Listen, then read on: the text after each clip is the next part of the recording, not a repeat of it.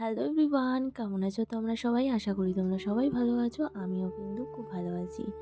তো তোমরা ভিডিওটা দেখে বুঝতেই পারছো যে আবারও আমি তোমাদের সাথে শেয়ার করতে চলেছি অযোধ্যা বেনারসের সব ভিডিওগুলো।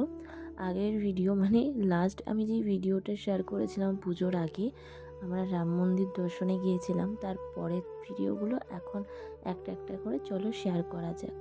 রাম মন্দির দর্শন করে আমরা চলে এসেছি হচ্ছে হনুমান মন্দিরে, মানে হনুমান গলি। এবার মন্দিরে যাব, কিছু প্রসাদ হিসাবে তো নিয়ে যেতেই হবে। ওইখানে মিষ্টি পাওয়া যায় না, ওই লাড্ডু আর নাহলে বেসনের লাড্ডু।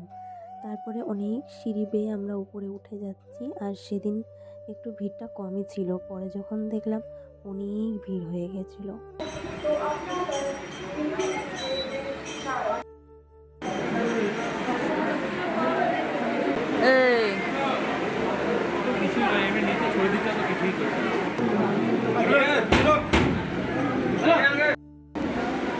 মালাকে পরিয়ে দিল।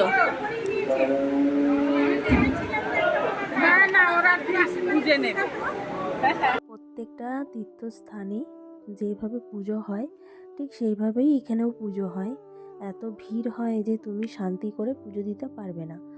তো যদিও পুজো দেওয়ার পর প্রত্যেকটা পুজোর মালা পুটনের গলায় এসেই পড়ে, এটা ভগবানের আশীর্বাদ, এটা আমি বিশ্বাস করি।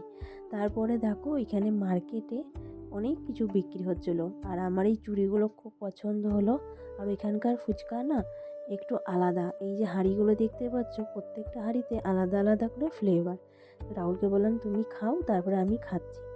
আমাদের ওয়েস্ট বেঙ্গলে যেই ফুচকা আমরা খাই সাধারণত সেইগুলোর থেকে একটু আলাদা, ফুচকাগুলো একটু আলাদা আর তার টেস্টটাও আলাদা। তারপরে আমরা চলে এলাম দশরথ মহলে, যদিও বন্ধ হয়ে গিয়েছিলো, আমরা ঢুকতে পারিনি। তো পরে আবার প্ল্যান করেছিলাম, পরের ভিডিওতে তোমাদের বাকিটা দেখাবো।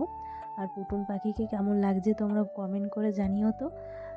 কোন বইয়ের একটা ছোটা পণ্ডিত আছে, ঠিক তার মতন লাগছে, তাই না?